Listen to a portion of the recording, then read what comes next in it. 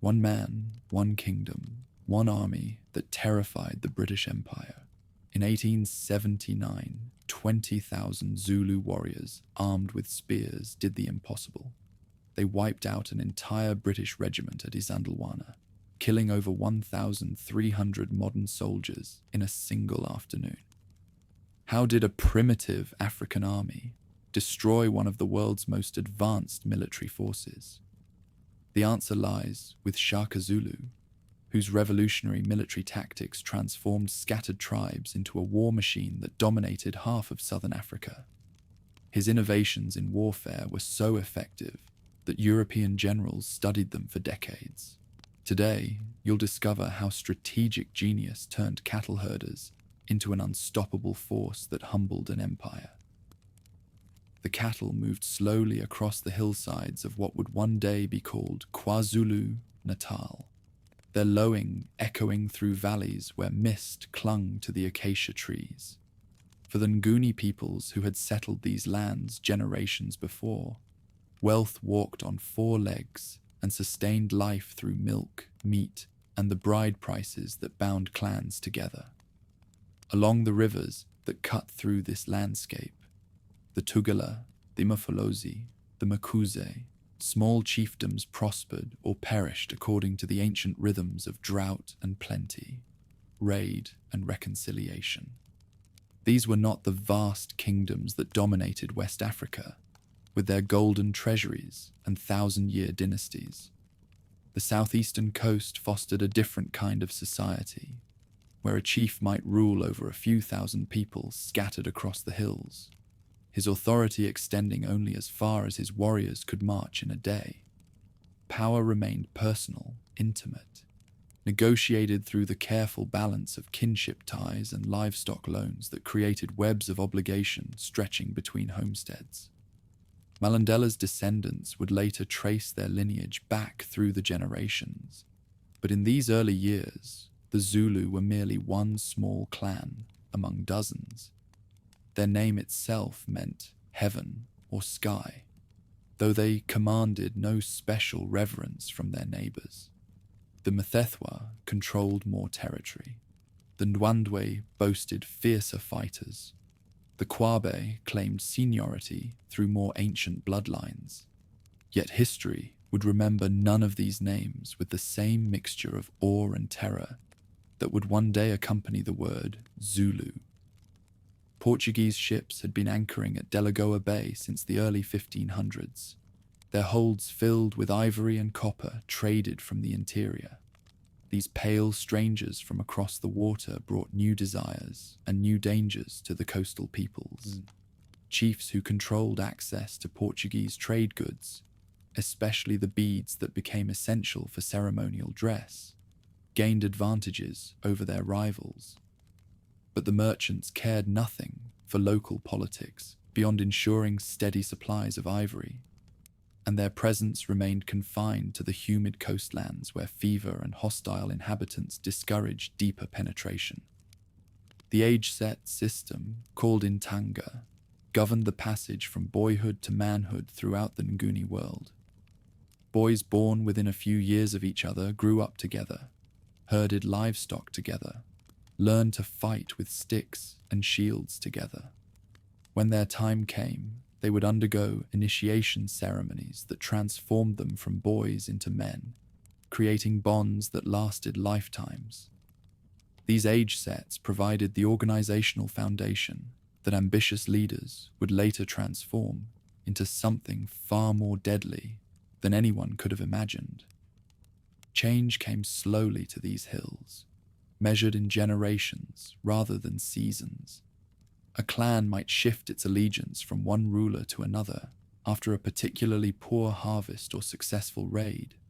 Young men might leave their birthplace to seek fortune serving a more generous patron, but the fundamental patterns of life, the seasonal movements of herds between summer and winter pastures, the ceremonies marking planting and harvest, the negotiations that preceded marriages and maintained peace between neighbors, remained constant as the rivers that watered the land. Environmental pressures began intensifying. during the late 18th century. The great droughts that struck southern Africa created competition for grazing lands and water sources that had previously supported scattered populations without conflict. When the rains failed year after year, leaders who had maintained peace through generations suddenly found themselves fighting for survival.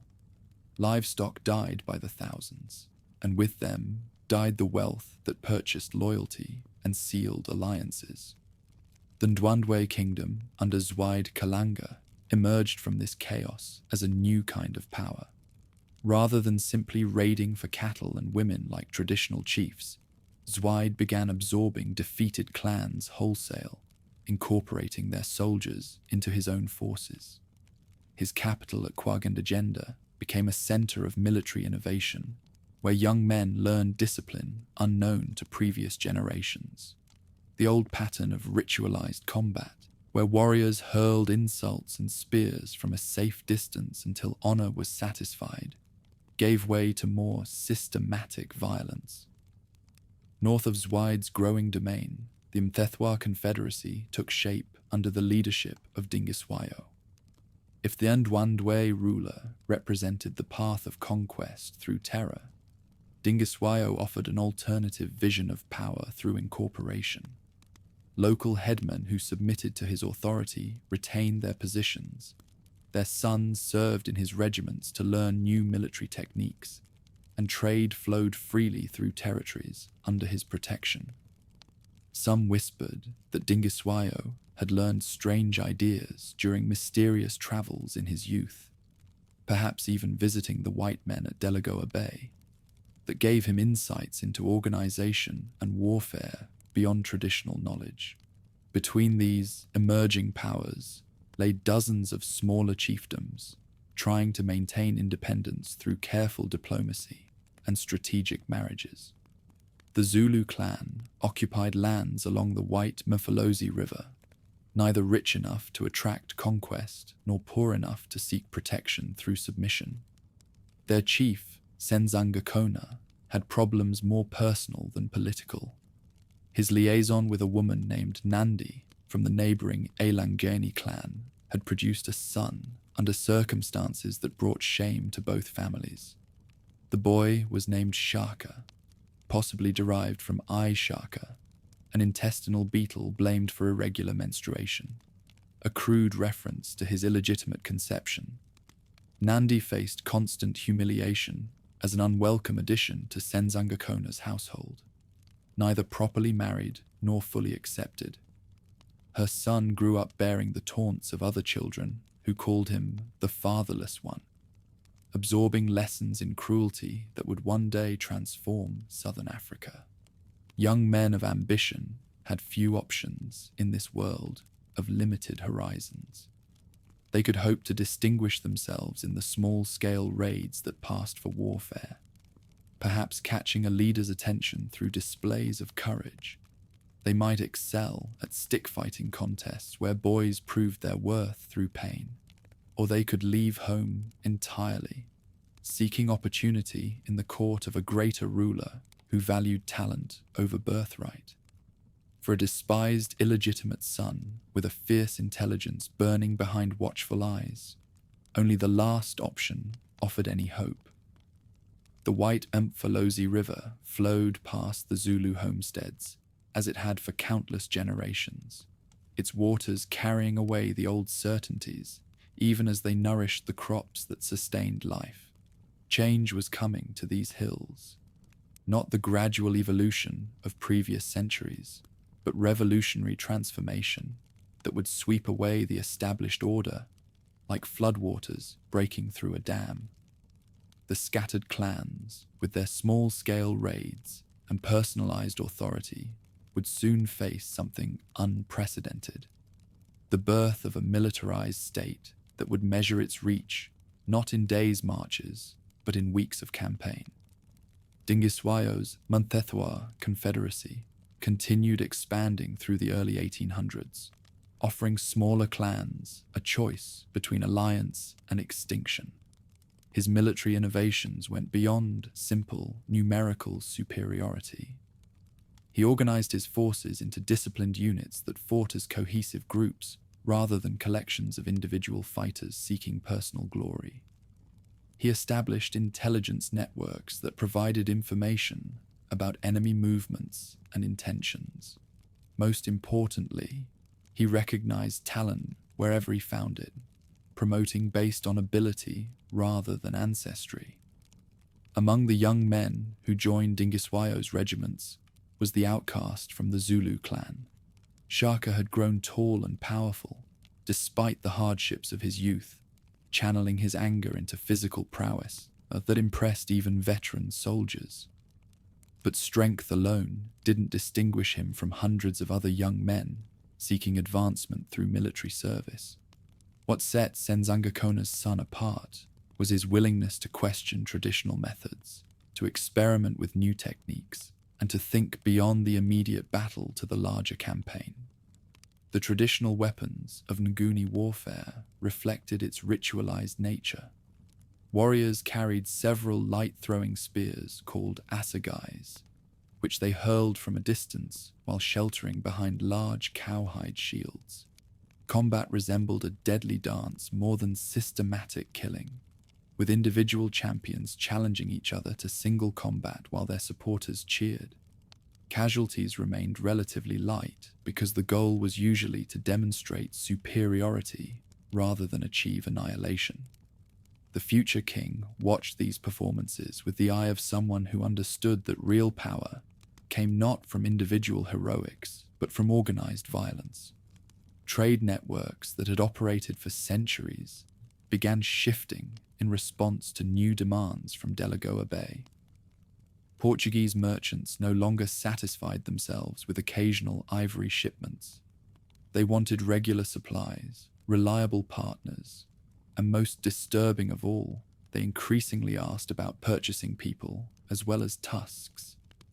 The slave trade that had devastated other parts of Africa was beginning to reach these southern lands, adding another element of instability to societies already stressed by drought and political competition.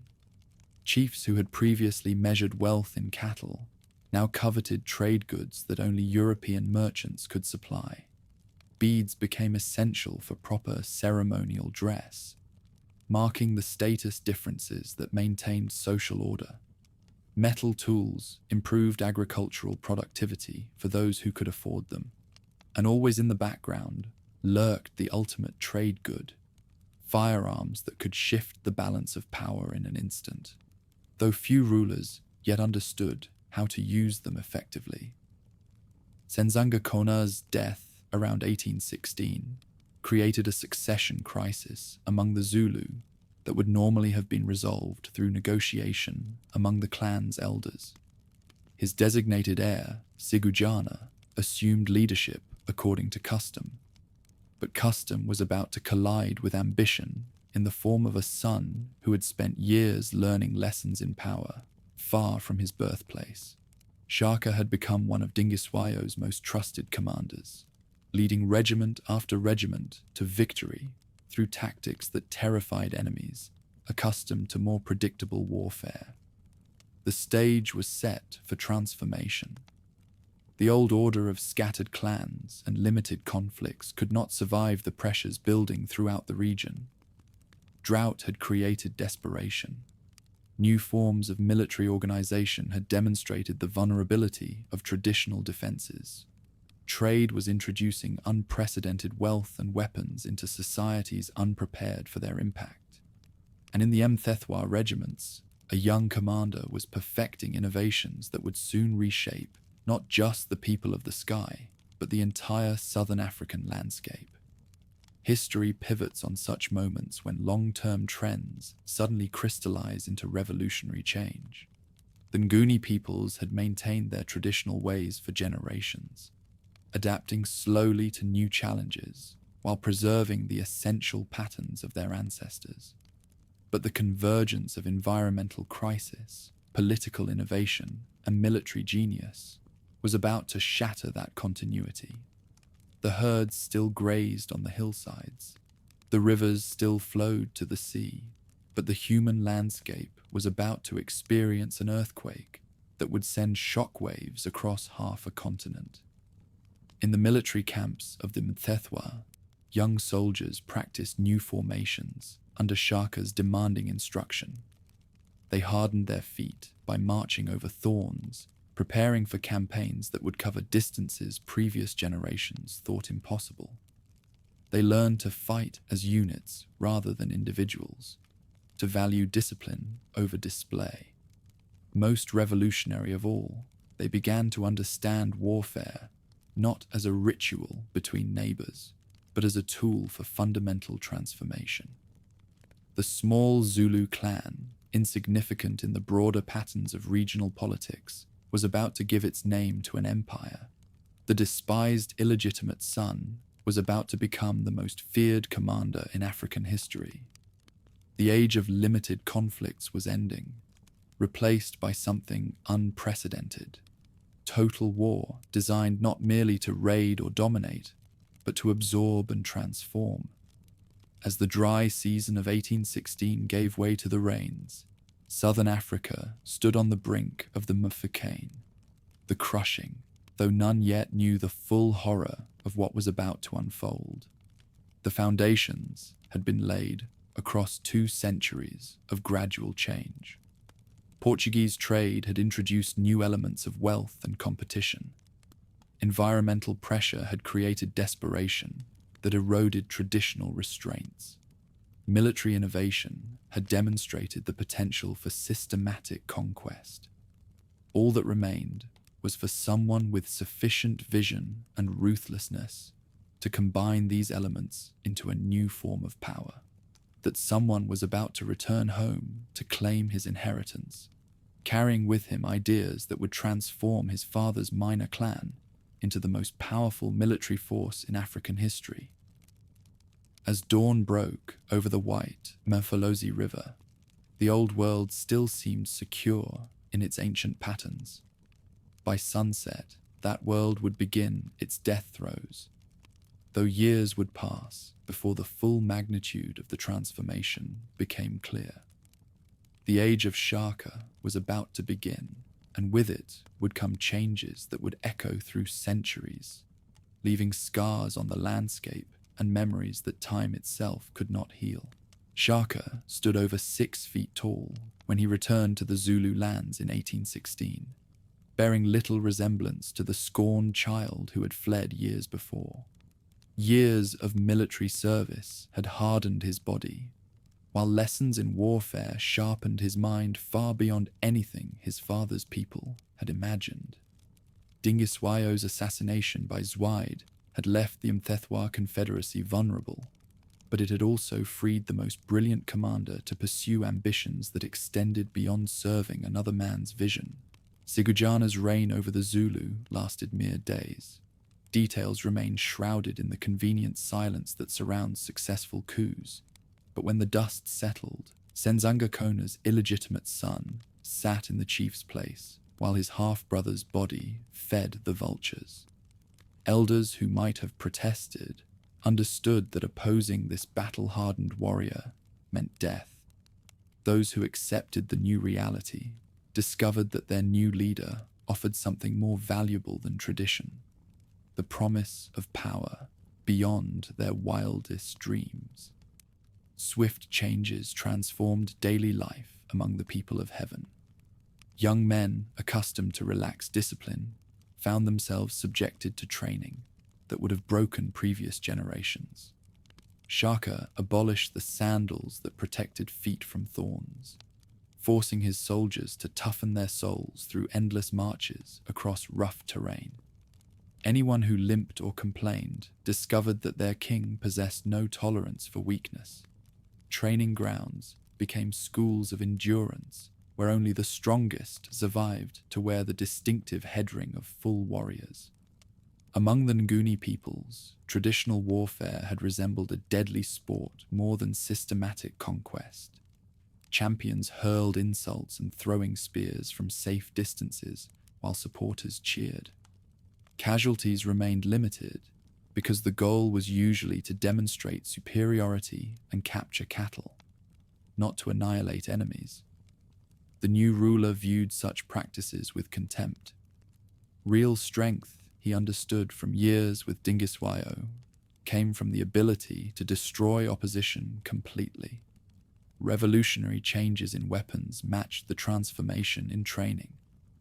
Senzangakona's son took the traditional assegai and shortened it dramatically, creating a stabbing spear that fighters called the ikulwa, named for the sucking sound it made when withdrawn from an enemy's body. War shields grew even larger, becoming mobile walls that soldiers could lock together in formations that turned individuals into a single, devastating organism. Most revolutionary was the tactical system that would terrorize southern Africa. Chest and horns became Shaka's signature battle formation. Veteran troops in the chest engaged enemies directly, holding them in place through disciplined pressure.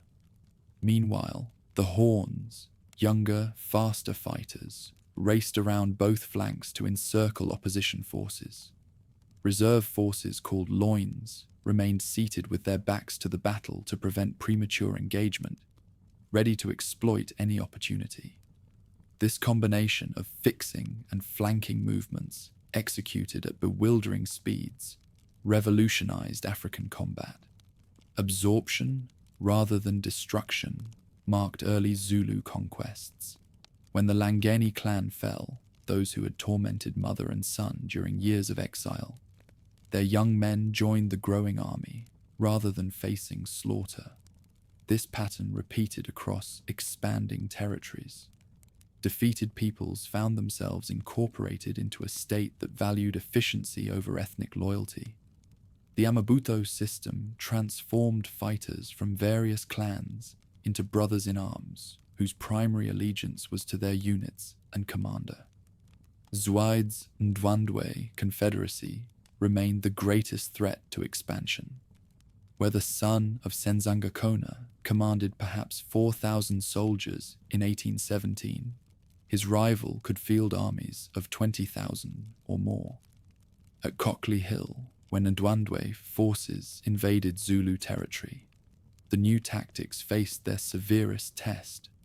Disciplined troops held the center, while the horns swept around enemy flanks, turning superior numbers into a liability as panic spread through ranks unprepared for such coordinated assault. Victory at Cockley Hill announced a new force in the region, but defensive success meant little without projecting strength. In 1819, when regiments invaded Zwide's territory, the campaign demonstrated terrifying efficiency. At the Mhlatuze River, Ndwandwe's strength broke forever. Their leader fled north with remnants of his people, while Shaka absorbed rival territory and populations into an empire stretching across thousands of square miles. Across southern Africa, the Mavekane, the crushing, spread like ripples from a stone thrown into still water. Clans that had occupied the same territories for generations suddenly faced choices between submission and flight. Those who submitted joined the growing kingdom. Those who fled created chain reactions of displacement, crashing into other peoples who were forced to move or fight in turn. Mzilikazi, once a trusted general, led his Kumalo people northward, rather than accept increasingly erratic royal commands. His flight created the Ndebele state that would terrorize the Highveld for decades. Soshangane fled to Mozambique, where he established the Gaza Empire. Zwangendaba led followers on an epic 1,000-mile migration ending near Lake Malawi. Each refugee leader carried innovations in warfare with them, spreading the revolution across half the continent. Female age regiments represented one of the most radical innovations. Young women were organized into units parallel to male soldiers, forbidden to marry without royal permission. This system gave unprecedented control over reproduction and household formation. Men could only take wives when their entire regiment received permission, usually after years of service. Marriage regulation became another tool of state authority. ensuring fighters remained focused on duties rather than family obligations during prime years. Europeans at Port Natal, modern Durban, watched regional transformation with fascination mixed with alarm. Henry Francis Finn, Nathaniel Isaacs, and other trader adventurers found themselves dealing with a monarch whose authority dwarfed anything encountered among other African leaders. Their accounts, though filtered through cultural prejudices, provide glimpses into a court where absolute command combined with strategic brilliance to create something unprecedented in Southern African history. Nandi's death in October 1827 marked a turning point in the reign. The woman who had endured humiliation and exile to protect her son received a funeral demonstrating terrifying royal authority. Thousands faced execution during the mourning period. Anyone who showed insufficient grief, pregnant women accused of disrespect, entire households suspected of disloyalty. The kingdom was forbidden to cultivate crops or consume milk for a year, commands that would have meant starvation if fully enforced. Even loyal supporters began questioning whether grief had transformed into madness. Campaigns continued expanding boundaries, but human costs mounted with each victory. The Amabuto system that created disciplined armies also trapped young men in perpetual service. Units spent years away from home, fighting battles that brought glory to their commander, but offered little personal benefit beyond survival. Livestock captured in raids enriched royal herds, while soldiers received only satisfaction of victory and hope of eventual permission to marry. Opposition to endless campaigns grew even among the inner circle. Mkabayi, the aunt who had supported her nephew's rise, began questioning policies designed for perpetual warfare. Half-brothers Dingane and Malangana, who had accepted subordinate positions in exchange for their lives, started considering whether the state might survive better under less demanding leadership. Success had created internal tensions threatening the system from within. Ivory trade intensified as royal monopoly controlled commerce with Port Natal. European merchants dealt with a ruler who understood the value of controlling valuable resources. Hunting elephants became a royal prerogative, with specialized units assigned to harvest tusks for trade. Guns flowing back in exchange remained firmly under central control, viewed more as symbols of authority than practical weapons. The innovator who had revolutionized traditional combat showed little interest in adopting European technology. By 1828, the kingdom dominated southeastern Africa, from the Pongola River north to the Tugela south, from the Indian Ocean to the Drakensberg Mountains. Perhaps 250,000 people lived under direct rule, while millions more had fled beyond borders to escape incorporation. The small clan that had occupied a few hills along the White Mfolozi had become an empire that foreign observers compared to ancient Sparta in focus and discipline. During the annual First Fruits ceremony of 1828, the assassination plot matured. Dingane and Malangana, supported by Mkabayi and other royal women tired of endless bloodshed, waited for vulnerability. On September, as their brother received a delegation at his kraal near present-day Stanger, conspirators struck. The transformer of warfare died not in battle, but from spears of his own relatives. Last words reportedly expressing disbelief at betrayal. 12 years of revolutionary transformation had reshaped Southern Africa forever. Innovations beginning with one bitter young man's desire for revenge had created systematic methods of conquest influencing African combat for generations. Social changes subordinating all life aspects to efficiency had demonstrated both potential and dangers of centralized authority. Most significantly, demographic upheaval had set population movements in motion whose consequences would resonate for centuries.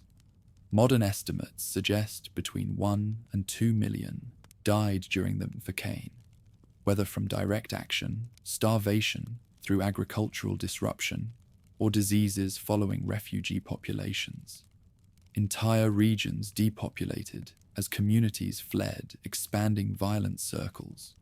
Empty lands created by devastation would later justify European colonization, as white settlers claimed territories appearing uninhabited without understanding the historical catastrophe creating such emptiness.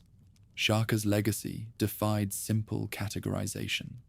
Genius and revolutionary, state builder and destroyer of traditional order, his 12-year reign compressed centuries of potential change into a single explosive decade.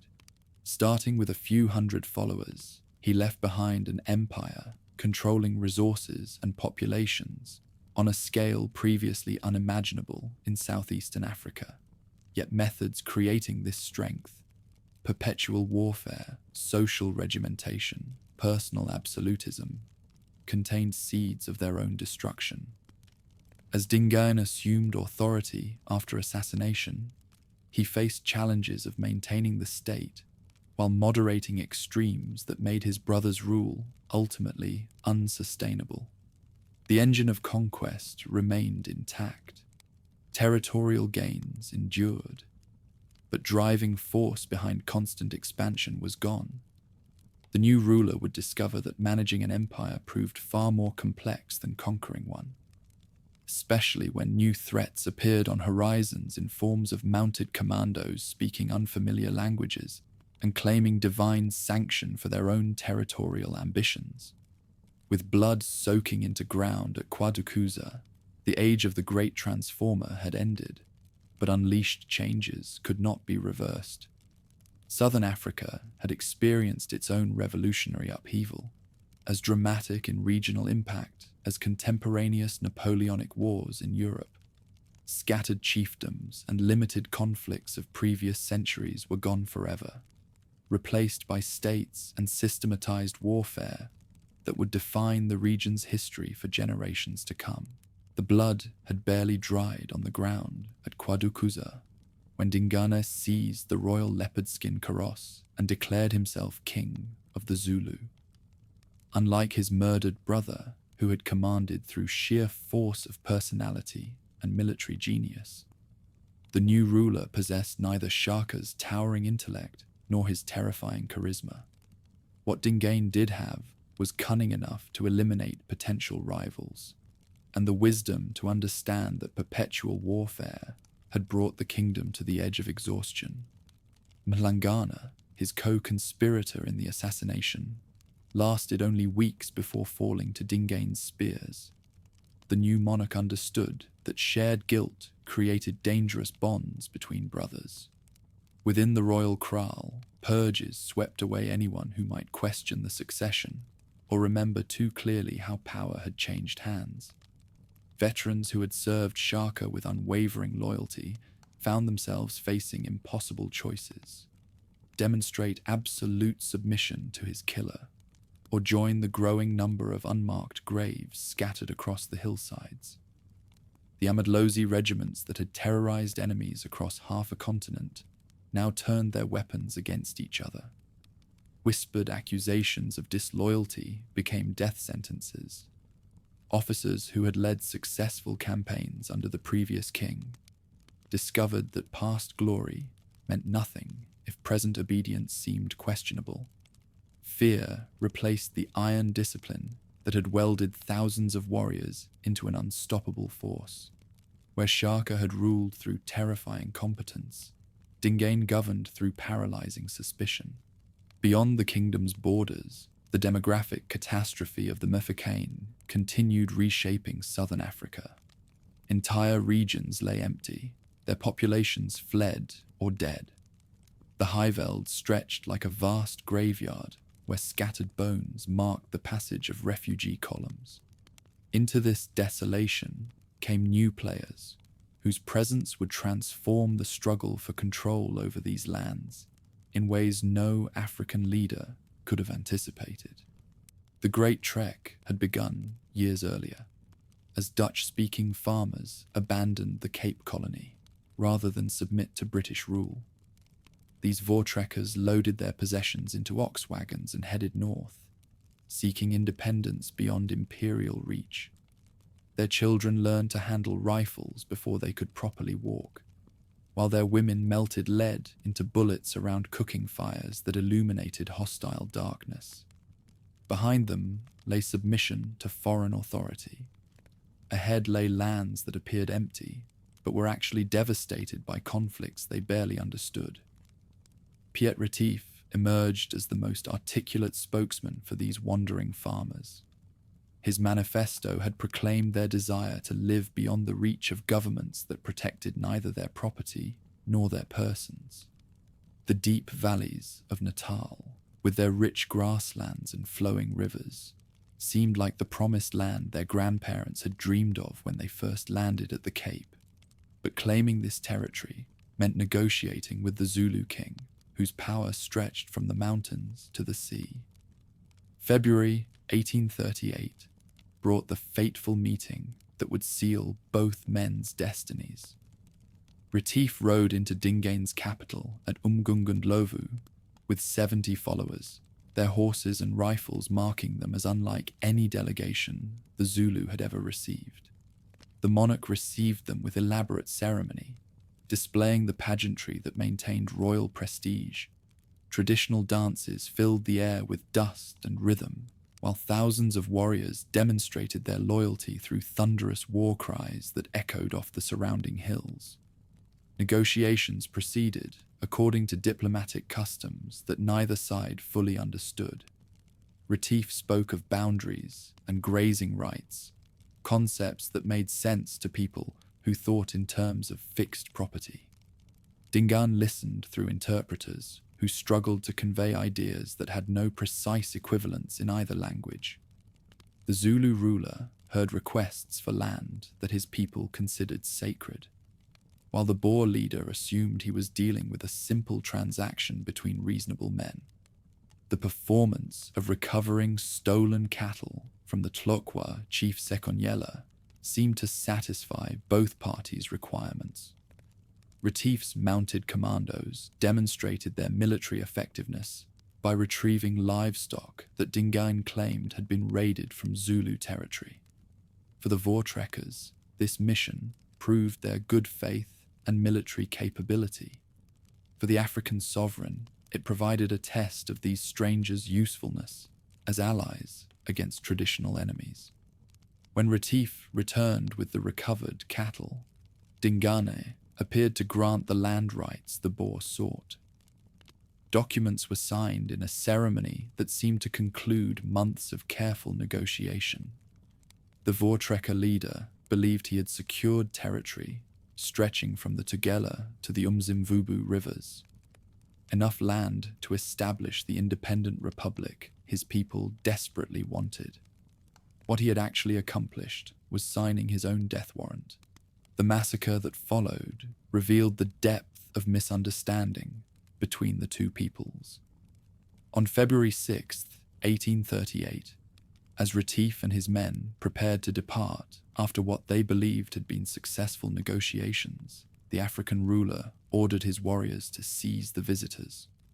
The traditional farewell dance became a killing ground, as assegai-wielding soldiers overwhelmed mounted men who had foolishly left their weapons with their horses. Retief died slowly, forced to watch his companions' executions before facing his own. The monarch's motives for this betrayal remain complex. Perhaps he had genuinely intended to honor the agreement, but changed his mind after consulting with advisors who feared losing valuable land. More likely, he had planned treachery from the beginning, viewing the cattle recovery mission as a way to assess Boer military capabilities before eliminating a potential threat. Whatever his reasoning, the decision to murder the delegation under the protection of diplomatic immunity would haunt his reign until its violent end. Word of the massacre reached Boer encampments scattered across Natal as runners carried news that transformed celebration into desperate preparation for war. The same evening, Zulu regiments struck the lagers at Dingane and Bluekrans, killing men, women, and children with methodical thoroughness.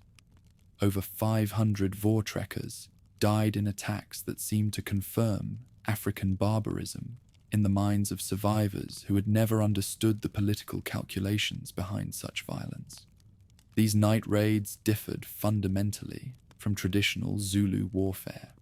Shaka's military system had focused on destroying enemy fighting forces while incorporating defeated populations into an expanding kingdom. The sovereign's forces targeted families and livestock with equal savagery, seeking to eliminate the Boer presence entirely rather than absorb useful elements.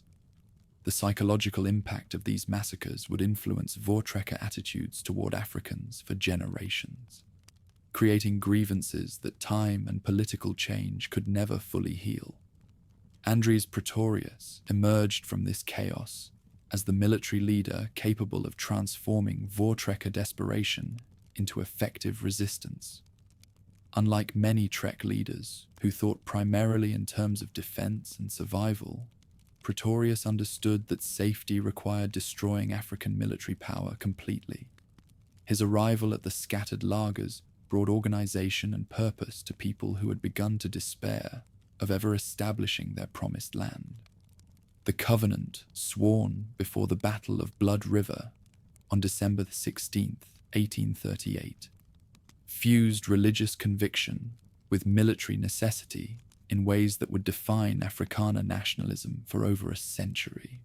Voortrekker leaders promised to build a church and observe the date annually if God granted them victory over their enemies. This sacred vow transformed a practical military campaign into a holy war, sanctifying violence through divine purpose while creating a mythological foundation for white supremacy that would outlast the military context that created it. The tactical innovations that Pretorius brought to the campaign reflected hard-earned lessons from frontier warfare. Rather than meeting enemy forces in open battle, where superior numbers might tell, he chose a defensive position beside the Nkom River, where natural obstacles would channel enemy attacks into killing zones. The wagon lager provided mobile fortification that could be erected wherever circumstances demanded, while disciplined rifle fire from protected positions would negate traditional advantages of speed and courage. December 16th dawned grey and cold, with thousands of warriors advancing across the plain toward the Voortrekker position. The Amadlozi regiments that had once seemed invincible moved in perfect formation, their shields creating geometric patterns against the winter grass. War songs echoed across the landscape as young men prepared to prove their courage against enemies, whose strange weapons and foreign customs challenged everything they understood about proper combat. Ndlela Sompisi commanded the Zulu forces with tactical skill worthy of Shaka himself. The veteran general deployed his regiments according to the classical chest and horns formation that had destroyed so many enemies over the previous 2 decades. But the weapons and defensive position that awaited his warriors differed fundamentally from anything in their experience. Where assegais required close contact to be effective, rifles could kill at distances that made traditional tactics suicidal. The slaughter that followed demonstrated the revolution in military affairs that firearms had brought to African warfare. Disciplined volleys from protected positions cut down attacking regiments faster than courage could carry them forward. Artillery pieces added their thunder to the rifle fire, creating zones of destruction that no amount of personal bravery could penetrate. By noon, over 3,000 warriors lay dead beside the river that would forever after bear the name Blood River, while not a single Voortrekker had fallen. News of this catastrophic defeat reached the African ruler as he waited at his capital for reports of another glorious victory. The magnitude of the disaster seemed impossible to comprehend, Regiments that had marched out in perfect order had been scattered like leaves before a storm. The military system that had dominated southeastern Africa for 2 decades had been broken by a few hundred farmers with superior weapons and better tactics. Territorial losses followed military defeat with inexorable logic. The Voortrekkers established the Republic of Natalia, with its capital at Pietermaritzburg, claiming lands that the defeated monarch no longer possessed the strength to defend. White farmers spread across valleys that had been depopulated during the Mupfikani, their cattle grazing on pastures still littered with bones from earlier conflicts. The kingdom, which had once stretched from the mountains to the sea, found itself confined to territories north of the Tugela River. British annexation of Natal in 1843 added another layer of complication to the regional balance of power. The imperial government refused to recognize Boer independence, viewing the Republic as a potential threat to colonial security and trade routes. For the Voortrekkers, this intervention meant another betrayal by the same authorities they had trekked to escape. Many packed their wagons once again, heading north to join compatriots in the Orange Free State and Transvaal republics, where British authority had not yet reached. Mpande, the African ruler's half-brother, watched these developments with the calculating eye of a man who understood that survival required adaptation to changing circumstances. Unlike his predecessors, who had thought primarily in terms of military conquest and territorial expansion, the future king grasped that independence now depended on careful diplomacy and strategic alliances. The age of unlimited warfare had ended with the introduction of firearms. The age of political maneuvering was about to begin. The civil war that brought Mpande to power in 1840 demonstrated how thoroughly defeat had fractured unity. Brother fought against brother as competing factions struggled for control over the kingdom's diminished resources. The previous monarch fled north with loyal followers, only to meet his death at the hands of Swazi warriors, who had their own scores to settle with the royal house. With his rival eliminated, Mpande could claim undisputed authority over what remained of Shaka's empire. Coronation at Pietermaritzburg by British officials in 1843 marked a humiliating but necessary recognition of new realities. Mpande accepted formal installation by colonial authorities, who demanded acknowledgement of their supremacy in exchange for recognition of his legitimacy. This ceremony, conducted in the capital of the former Boer Republic, symbolized how completely the regional balance of power had shifted since the confident days when armies had seemed invincible. The survival strategy that Mpande adopted required walking a careful line between competing pressures. British officials expected cooperation in maintaining regional stability and preventing cross-border raids that might disrupt colonial prosperity. Traditionalists demanded preservation of customs and independence that defined their identity as a people. Balancing these conflicting demands while rebuilding military strength would require political skills that neither of his predecessors had needed to develop. Economic transformation accompanied political adaptation, as trade relationships replaced military conquest as the primary source of wealth. Ivory hunting, strictly controlled under royal monopoly, provided revenue for purchasing firearms and other manufactured goods from colonial merchants. Cattle trading offered additional income, while maintaining traditional measures of prosperity that ordinary people could understand. The king who had once commanded through terror now governed through careful management of economic opportunities. Educational initiatives reflected Mpande's understanding that cultural survival required selective adoption of European knowledge without abandoning essential traditions. Mission stations, established with royal permission, provided basic literacy while serving as windows into the colonial world that increasingly surrounded the kingdom. Young men learned to read and write while preserving their identity as warriors and cattle herders, preparing for a future that would demand both traditional skills and modern knowledge. Border disputes created constant friction, despite official policies of peaceful coexistence. Cattle theft across colonial boundaries provided excuses for military action by both sides, while competing land claims generated endless negotiations that satisfied no one completely. The colonial government viewed these incidents as evidence of continuing barbarism, while traditionalists saw them as proof that accommodation with white authority led only to further humiliation and territorial loss. Internal resistance to Mpande's diplomatic approach came primarily from younger men who remembered the glory days when fighters had been feared across half the continent.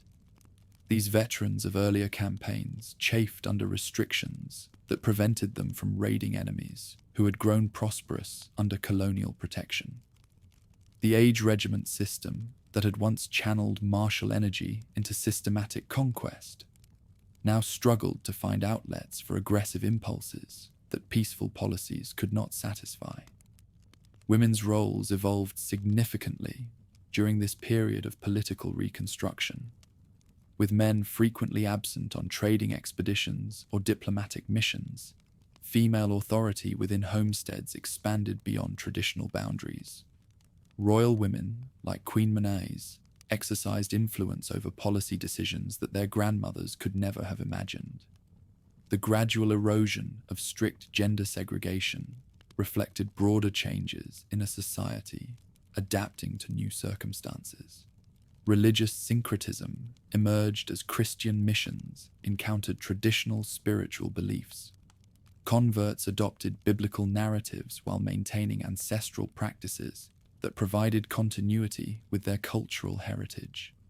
The resulting hybrid belief systems satisfied colonial demands for Christian conversion while preserving essential elements of indigenous religion. This religious adaptation would prove crucial for cultural survival during the more aggressive assimilation campaigns of later decades.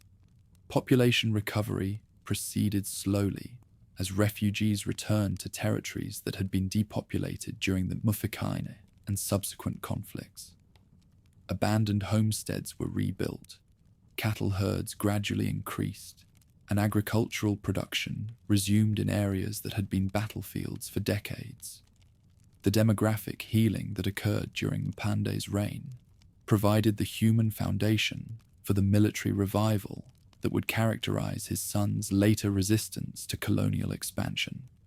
Military reforms adapted traditional practices to the realities of firearm warfare, while maintaining the age regiment system that provided organizational structure. Training increasingly emphasized marksmanship and tactics suitable for combating mounted opponents with superior weapons. The king walked a delicate balance between maintaining military readiness and avoiding provocations that might invite colonial intervention before adequate preparations could be completed. Succession planning occupied much of Mpande's attention during his later years as potential heirs maneuvered for position within the royal household.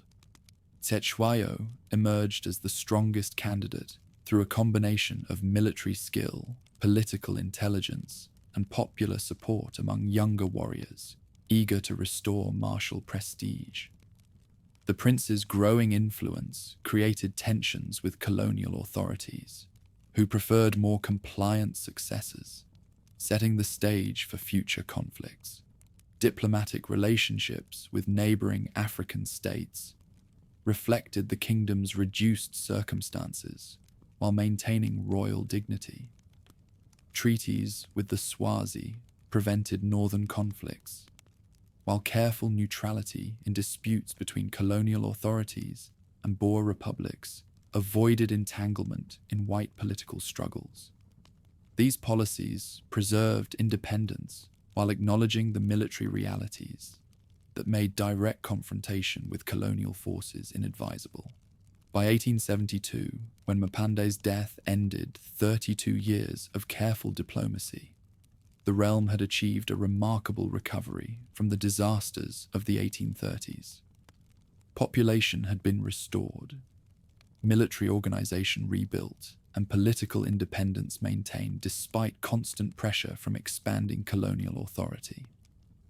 The long peace that characterized this reign had provided opportunities for cultural preservation and adaptation that would prove essential for surviving the challenges ahead. Cetshwayo's inheritance included both the achievements of his father's diplomatic era and the unresolved tensions that compromise had created. Younger warriors expected their new king to restore the martial glory that had made their people a name feared across southern Africa. Colonial authorities demanded continued cooperation in maintaining regional stability that served imperial interests. The collision between these incompatible expectations would soon transform the patient rebuilding of Mpande's reign into the final, desperate struggle for independence that would define Cetshwayo's tragic legacy. The transition from Shaka's revolutionary militarism through his successor's violent instability to Mpande's diplomatic accommodation had demonstrated the capacity for political adaptation under extreme pressure. Each ruler had faced circumstances that demanded different responses, and each had developed strategies appropriate to his particular challenges. But the fundamental question of whether African independence could survive European expansion remained unanswered as the nation prepared for its final test against the full might of imperial ambition. Smoke rose from the funeral pyres at Ulundi as mourners gathered to honor Mpande's passing in early 1872. Among the assembled warriors and councillors, one figure commanded attention through presence alone. Cetshwayo Mpande stood nearly as tall as his legendary uncle, his bearing radiating the confidence of a man who had spent decades preparing for this moment. Unlike the succession struggles that had marked previous transitions, this prince faced no serious rivals for the throne. His father had carefully preserved through 3 decades of diplomatic maneuvering. Victory in the civil conflicts of the 1850s had already demonstrated his military prowess to any who might question his worthiness. During those internal struggles, when rival princes had challenged royal authority, Cetshwayo's forces had proven their discipline and loyalty through decisive campaigns that reunited fractured territories. Warriors who had fought under his command spoke with reverence of his tactical innovations and personal courage under fire. Among the Amabutho regiments, his name carried weight that no other member of the royal house could match. Traditional ceremonies marking the new reign unfolded with pageantry that recalled the kingdom's greatest days. Thousands of warriors assembled in perfect formations, their shields creating geometric patterns across the rolling hills surrounding the royal kraal. War songs echoed through valleys that had once trembled before advancing armies, while praise singers recounted genealogies stretching back through generations of kings who had shaped Southeastern Africa through courage and cunning. British colonial officials watched these celebrations with growing unease. Sir Theophilus Shepstone, who had served as Natal's secretary for native affairs through decades of frontier politics, understood better than most what this succession might mean for regional stability. Where Mpande had been content to rule a truncated kingdom through careful accommodation with colonial authority, his son possessed ambitions that extended far beyond mere survival. Coronation arrangements revealed the delicate balance between independence and imperial oversight that would define the new reign. Colonial authorities insisted on formal recognition ceremonies that acknowledged British supremacy, while the monarch demanded protocols that preserved royal dignity and traditional legitimacy. After months of careful negotiation, compromise emerged that satisfied neither side completely, but allowed both to claim their essential requirements had been met. September 1873 brought the ceremony that would haunt both participants for years to come. At Kwanodwengu, with Shepstone representing Queen Victoria's authority, Cetshwayo received recognition as ruler of the territories his father had governed. Yet conditions attached to this acknowledgement would soon poison relationships between the Crown and colonial administration. British demands for judicial reforms, military restrictions, and administrative oversight struck at the heart of royal prerogatives that no self-respecting African monarch could abandon. Missionary John Colenso witnessed these proceedings with deep foreboding. His years among the people had taught him to recognize the proud independence that lay beneath surface diplomacy. Where colonial officials saw a tractable native ruler accepting civilized authority, the bishop observed a shrewd politician maneuvering for position while preserving essential powers. Letters to friends in London warned of growing tensions that official reports dismissed as manageable difficulties. Internal politics within the realm reflected competing visions of how best to preserve independence in an increasingly constrained world. Traditionalist councillors, many of whom remembered the glory days when armies had conquered territories from the mountains to the sea, pressed for policies that would restore military prestige regardless of colonial sensitivities. Pragmatists argued for continued accommodation, pointing to their neighbours' fate when they had challenged imperial authority too directly. Young warriors posed the greatest challenge to any policy of restraint. These men had grown up hearing stories of Isandlwana and previous victories, their imaginations fired by tales of conquest that seemed increasingly remote from their own restricted circumstances. Training exercises in remote valleys allowed them to practice formations their grandfathers had perfected, but colonial boundaries prevented the campaigns that would prove their worth as fighters. Recruitment of new regiments proceeded according to ancient customs that colonial authorities viewed with suspicion. When age sets reached maturity, ceremonial incorporation into the military system created bonds of loyalty that transcended family allegiances. These young men swore oaths that bound them to their king and comrades through rituals unchanged since Shaka's time, their commitment absolute regardless of political consequences. Military rebuilding accelerated under royal direction that balanced tradition with tactical innovation, while maintaining the Amabutho structure that provided organizational framework. Training adapted to contemporary requirements that included firearms instruction and cavalry tactics. Warriors learned to fight as coordinated units capable of facing modern opponents, their discipline reflecting lessons learned from earlier defeats at colonial hands. Weapons procurement became a royal obsession as the monarch recognized that independence required military equality with potential enemies. Trade networks extending to Portuguese territories provided access to European firearms, while traditional metalworking supplied assegais and shields that remained essential for close combat. Ammunition stockpiling occurred in remote locations where colonial authorities could not easily monitor preparations. Intelligence gathering improved dramatically as the Crown established networks that monitored colonial activities throughout the region. Traders, laborers, and domestic servants provided information about military movements, political discussions, and administrative planning that gave royal advisors unprecedented insight into imperial intentions. This intelligence would prove crucial when tensions finally erupted into open conflict. Border disputes created constant friction, despite official policies aimed at maintaining peaceful relationships. Cattle theft across colonial boundaries provided excuses for military action by both sides, while competing land claims generated endless negotiations that satisfied no one completely. Each incident reinforced mutual suspicions, while providing ammunition for those on both sides who favoured more aggressive policies.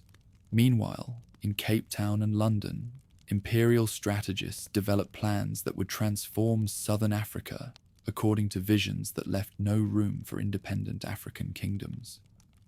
Sir Bartle Frere's appointment as High Commissioner brought to the region a man whose experience in India had convinced him that native states posed inherent threats to colonial security. His Confederation's scheme aimed to unite all southern African territories under British control, eliminating the patchwork of competing authorities that complicated administrative efficiency. Commercial interests supported political consolidation that would facilitate economic development according to imperial requirements. Diamond discoveries at Kimberley had demonstrated the region's mineral wealth, while agricultural potential remained largely untapped due to political fragmentation. Unified administration would enable systematic exploitation of resources that could benefit both colonial settlers and metropolitan investors. Transportation improvements revolutionized the strategic landscape in ways that few African leaders fully comprehended. Railway construction linked coastal ports to interior markets, while telegraph lines enabled rapid communication across distances that had once isolated communities for months. These technological advances gave colonial forces unprecedented advantages in logistics and coordination that traditional military systems could not match. Shepstone's Federation proposals emerged from this context of technological change and imperial ambition. His scheme promised to preserve native customs within a framework of British oversight that would ensure regional stability and economic progress. To colonial officials, this represented enlightened administration that balanced humanitarian concerns with practical requirements. To African rulers, it threatened the autonomy that defined their identity as independent peoples.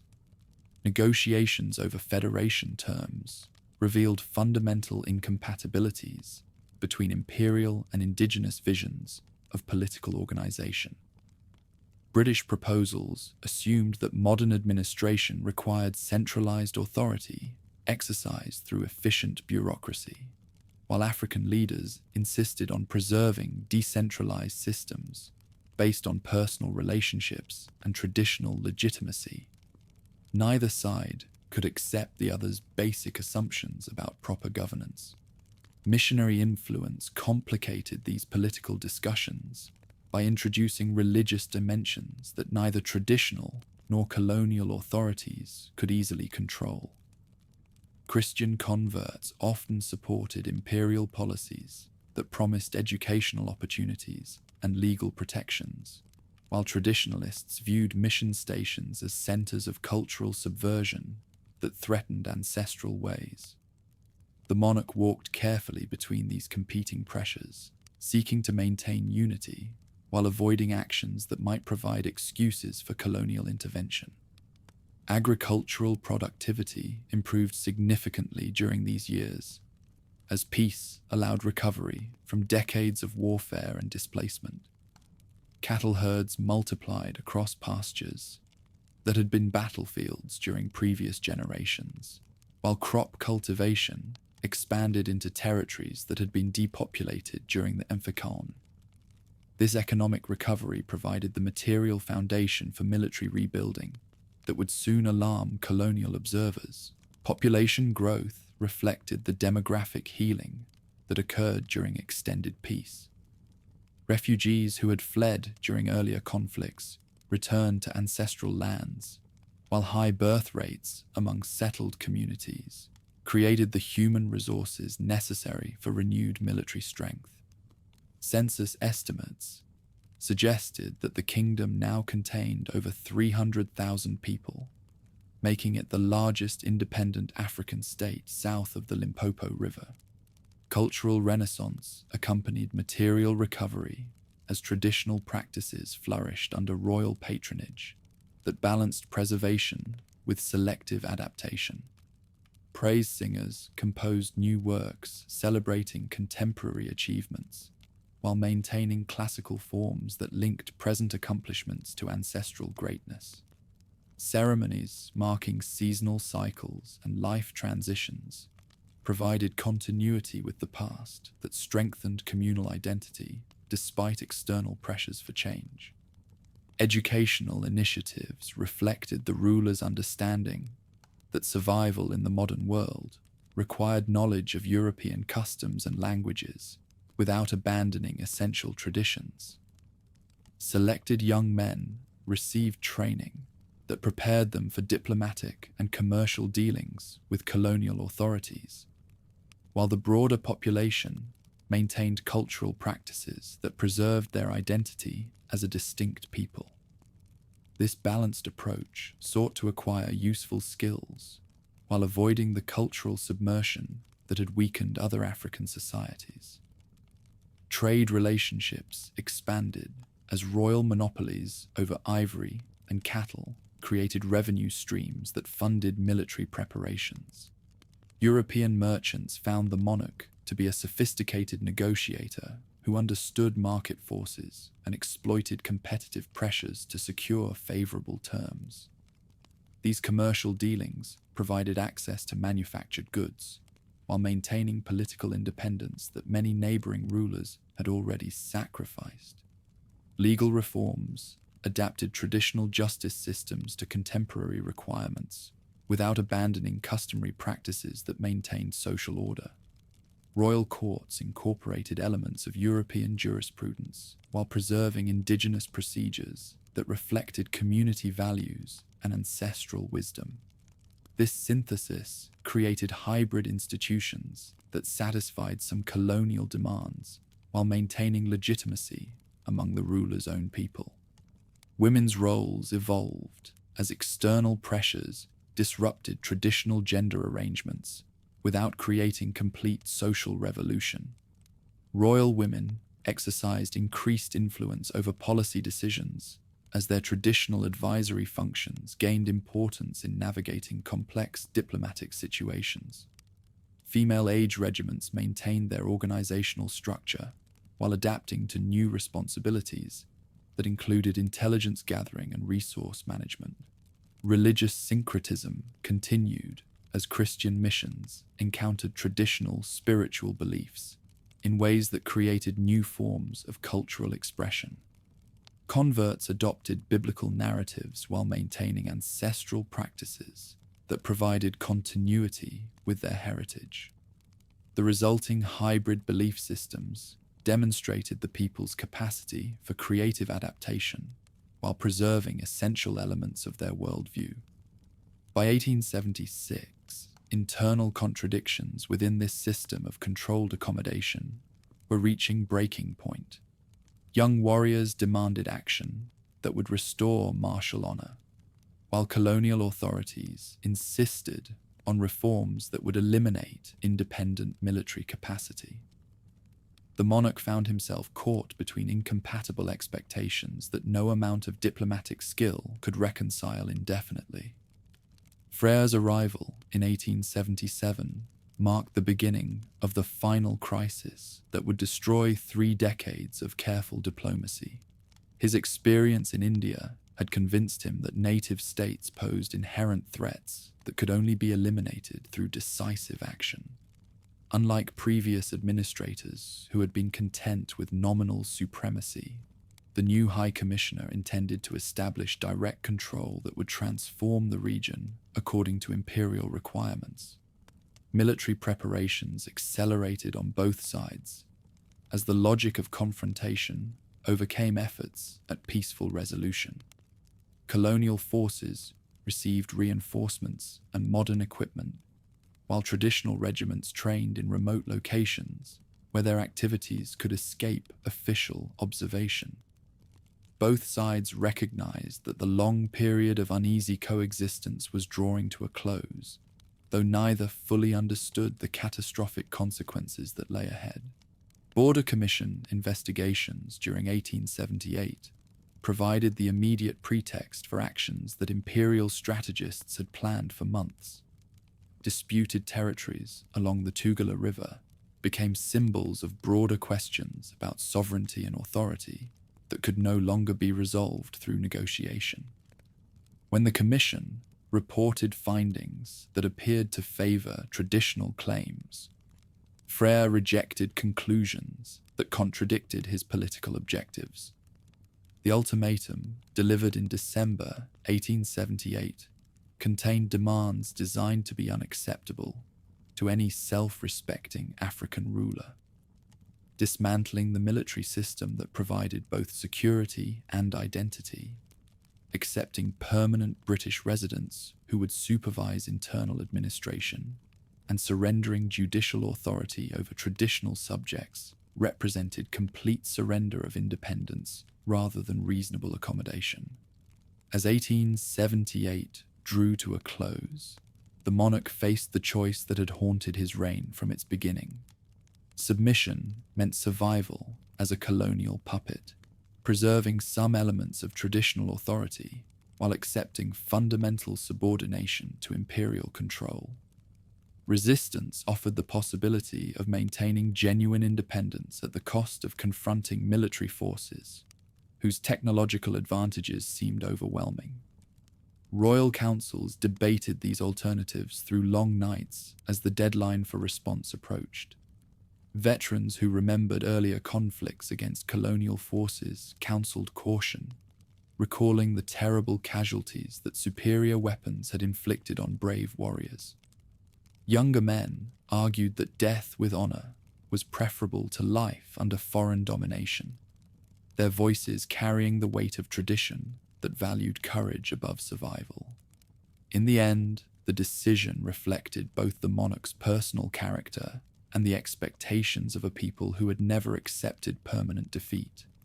Like his uncle before him, Cetshwayo chose to fight rather than submit, understanding that independence preserved through battle was worth more than existence granted through submission. The die was cast for the final confrontation that would determine whether African kingdoms could survive the age of European expansion. January 1879 would bring the armies face to face in battles that would echo through history as symbols of courage and tragedy, heroism and loss. But for now, as the old year ended and warriors prepared their weapons for what lay ahead, hope still flickered that valor and tactical skill might prevail against overwhelming technological superiority. The last independent king would soon discover whether the spirit of his ancestors was strong enough to preserve the freedom they had won through blood and sacrifice. On the cold, grey morning of January 11th, 1879, the stillness along the Buffalo River gave way to the stirrings of war as Lord Chelmsford's invasion columns readied to cross into Zulu territory from 3 directions. The British commander had studied maps and intelligence reports for months, confident that modern military organization would swiftly crush what he regarded as a primitive African kingdom armed with spears and shields. Cetshwayo received word of the invasion at his royal kraal, where thousands of warriors had been assembling since the ultimatum's expiration. Unlike his predecessors, who had faced Portuguese slavers or Boer commandos, this monarch confronted the full might of an empire that spanned continents. Yet traditional war councils proceeded according to ancient customs, as indunas debated strategy, while praise singers invoked the spirits of ancestors who had never retreated before any enemy. British confidence rested on technological superiority that seemed overwhelming. Martini Henry rifles could kill at ranges far beyond assegai reach, while artillery pieces promised to break any massed attack before warriors could close to effective distance. 2 battalions of regular infantry, supported by colonial volunteers and native auxiliaries, appeared more than adequate for what imperial strategists expected would be a brief punitive expedition. Chelmsford's plan reflected orthodox European military thinking adapted to African conditions. Separate columns would advance into enemy territory, drawing defenders into battle where superior firepower would decide the outcome quickly. Once initial resistance was broken, political objectives could be achieved through occupation of the royal capital and capture of the king. Similar strategies had succeeded across the empire, from India to Egypt, wherever modern armies had faced traditional opponents. Intelligence failures would prove catastrophic for forces accustomed to fighting enemies whose movements could be predicted through conventional reconnaissance. Zulu military organization differed fundamentally from European armies that required extensive supply lines and permanent bases. Regiments could move across difficult terrain at speeds that mounted patrols could barely match, while their knowledge of local geography provided advantages that no amount of technological sophistication could overcome. Cetshwayo commanded the main army with tactical skill worthy of his legendary predecessors. This veteran general understood both the strengths and limitations of his forces, courage and discipline balanced against firepower disadvantages that required careful timing to overcome.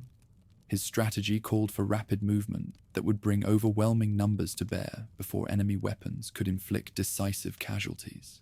January 22nd dawned with mist hanging low over the distinctive outline of Isandlwana mountain, its shape resembling a sphinx when viewed from the British camp. Colonel Pulaine commanded approximately 1,700 men, spread across a position that offered good fields of fire, but lacked the wagon lagers that frontier experience had proven essential for defense against African attacks. Chelmsford himself had departed before dawn, with a substantial portion of his force, pursuing reports of enemy movement that would prove to be deliberate deception. Scouts brought increasingly urgent reports of large bodies of warriors moving through the hills east of the mountain, but their warnings failed to convey the magnitude of what was approaching. Over 20,000 fighters had marched through the night, positioning themselves within striking distance of the camp, while remaining hidden in the broken terrain that colonial forces had failed to adequately patrol. Lieutenant Colonel Durnford arrived with additional mounted troops and artillery, his aggressive temperament leading him to advance beyond the defensive perimeter in search of the enemy. This movement stretched British forces even thinner, creating gaps in coverage that experienced African commanders immediately recognized and exploited. Traditional tactics that had terrorized Southeastern Africa for decades were about to face their ultimate test against modern military technology. Noon approached as the first elements of the army revealed themselves along the Nyoni Ridge, their war shields creating a dark line against the pale winter grass. What began as scattered skirmishing rapidly escalated as more regiments emerged from concealment, their disciplined formations demonstrating military organization that surprised observers who had expected undisciplined mobs. The famous chest and horns formation began to unfold on a scale that dwarfed any previous deployment. Raw courage met disciplined firepower as the central regiments advanced directly toward British positions, while the flanking forces swept wide to encircle the camp. Martini Henry rifles fired with devastating effect at long range, cutting down attackers faster than traditional weapons could respond. Yet the sheer scale of the assault meant that casualties, which would have broken previous enemies, merely thinned ranks that continued advancing with terrifying determination. Ammunition supply problems that had plagued British forces throughout the empire now reached crisis proportions at the worst possible moment. Quartermaster procedures designed for conventional warfare proved inadequate when rapid-firing rifles consumed cartridges faster than supply systems could distribute them. Soldiers found themselves reduced to fixing bayonets as their ammunition pouches emptied, facing enemies whose primary weapons required no resupply. panic spread through colonial ranks as the realization dawned that this battle differed fundamentally from the easy victories that imperial propaganda had promised. Native auxiliaries, many of whom belonged to peoples conquered by the Zulu in previous decades, fled rather than face traditional enemies, whose reputation for taking no prisoners was well established. Their departure left substantial gaps in British lines that attacking regiments quickly exploited. Individual acts of heroism could not compensate for tactical disadvantages that superior numbers and better positioning had created. Officers who had distinguished themselves in previous colonial campaigns died trying to rally men whose training had never prepared them for combat on this scale. The mountain that had seemed like a defensive advantage became a trap as escape routes disappeared under the pressure of encircling forces. By mid-afternoon, organized resistance had collapsed into isolated pockets of defenders fighting desperately for survival. The Union Jack that had flown proudly over camps across Africa now lay trampled in dust stained with blood from both sides. Over 1,300 British soldiers, colonial volunteers, and native auxiliaries died in a defeat that would send shockwaves throughout the empire and transform global perceptions of African military capability. News of the disaster reached Rorke's Drift as survivors straggled across the Buffalo River with reports that seemed too catastrophic to believe. Lieutenant John Chard of the Royal Engineers found himself commanding a supply depot that suddenly became the last British position between victorious Zulu forces and the undefended colony of Natal. With barely 150 men, most of them hospital patients and support personnel, he faced the prospect of another annihilation before reinforcements could arrive. Preparations for siege proceeded with desperate efficiency as defenders improvised fortifications from mealie bags and biscuit boxes. The mission station that had served peaceful purposes for decades transformed into a fortress whose walls would witness some of the most intense close-quarter fighting in imperial military history. Lieutenant Gonville Bromhead brought infantry experience to complement Chard's engineering skills, their partnership creating defensive arrangements that maximized available resources. Darkness fell with fires burning across the river, marking the destruction of the British camp, while war songs echoing from the hills announced the approach of forces flushed with unprecedented victory. Prince Dabulamanzi Mpande led approximately 4,000 warriors toward the mission station, their confidence elevated by the day's triumph, but their discipline strained by exhaustion and the intoxication of battle. Combat at Rorke's Drift differed dramatically from the mobile warfare that had characterized the morning's fighting. Confined within improvised fortifications, defenders fought from prepared positions that channeled attacking forces into predetermined killing zones. Rifle fire at close range proved devastatingly effective against enemies forced to assault across open ground, while the small perimeter enabled concentrated defense that made every shot count. Hour after hour, attacks surged against the mission walls as warriors sought to exploit any weakness in defensive arrangements. Hospital buildings became scenes of particular horror as patients unable to flee fought from their beds while flames consumed the structure around them. Surgeon Reynolds moved through smoke and chaos, treating wounded while contributing to the defense whenever medical duties permitted. Individual heroism reached legendary proportions as defenders held positions that seemed impossible to maintain. Privates Hook and Williams distinguished themselves during the hospital evacuation, carrying patients to safety while under constant fire from enemies who had penetrated the outer defenses. Colour Sergeant Bourne's steady voice maintained discipline among men whose nerves were stretched beyond normal endurance. Dawn of January 23rd revealed scenes that would haunt survivors for the rest of their lives. Hundreds of Zulu dead lay scattered around the mission walls, testimony to the defensive advantages that prepared positions could provide against even the most determined attackers.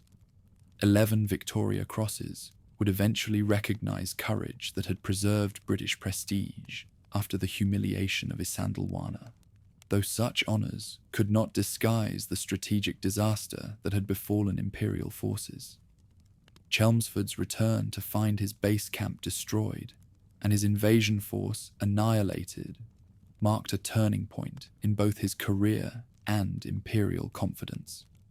The general who had confidently predicted swift victory now faced the prospect of explaining to London how modern armies, equipped with the latest weapons, had been defeated by enemies armed with traditional spears and shields. His dispatch to the War Office would trigger the largest military expedition in British imperial history. Cetshwayo received reports of both battles at his capital, where celebration mixed with grim recognition of what such victories would cost his people. Unlike previous conflicts where defeated enemies might accept terms and withdraw, this war against the British Empire would continue until one side achieved complete victory. The triumph at Isandlwana had demonstrated Zulu military capability, but it had also ensured that the full weight of imperial power would soon fall upon his kingdom. Strategic implications of January 22nd extended far beyond southeastern Africa as news of the defeats reached capitals across Europe. German and French military observers reassessed their assumptions about colonial warfare, while African peoples throughout the continent drew inspiration from proof that European armies were not invincible. The psychological impact of Isandlwana would influence resistance movements for decades to come. Military reforms instituted in response to the disaster revealed how thoroughly the defeats had shaken imperial confidence. Reinforcements dispatched to Natal included some of Britain's finest regiments, while artillery and cavalry units received equipment and training designed specifically for African conditions. The casual assumptions about native warfare that had characterized earlier campaigns gave way to careful planning, based on grudging respect for enemy capabilities. International diplomatic consequences rippled through European capitals, as rivals noted British difficulties in subduing what they had dismissed as a minor African kingdom. French and German newspapers celebrated imperial humiliation with barely concealed satisfaction, while Russian strategists reconsidered their assessments of British military effectiveness. The defeats would influence great power relationships in ways that extended far beyond southern Africa. Zulu casualties at both engagements, while substantial, reflected the tactical discipline that had made their military systems so effective. Regiments had absorbed horrific losses while maintaining formation integrity, their courage compensating for technological disadvantages that would have broken less motivated forces. Yet even victory carried costs that a kingdom with limited manpower reserves could ill afford in a prolonged conflict. Prisoner interrogations revealed the sophistication of Zulu military intelligence that had enabled such precise timing and coordination. Spies operating throughout Natal had provided detailed information about British movements and intentions, while traditional knowledge of terrain had been combined with tactical innovation in ways that caught colonial forces completely unprepared. European military experts would spend years analyzing how such comprehensive intelligence networks had been established and maintained. Religious interpretations of the battles reflected different worldviews that made compromise between the opposing sides increasingly difficult. Zulu praise singers proclaimed divine favor for traditional ways, while British chaplains struggled to explain how Christian armies had suffered such defeats at the hands of heathen enemies. These competing narratives hardened attitudes on both sides, making negotiated settlement less likely as the conflict continued. Economic consequences of the war's opening battles began manifesting as trade networks that had operated for decades suddenly collapsed. Merchants who had profited from peaceful exchange now faced losses as military operations disrupted commerce throughout the region. The costs of mobilizing massive reinforcements would strain imperial finances while destroying the prosperity that decades of careful development had created.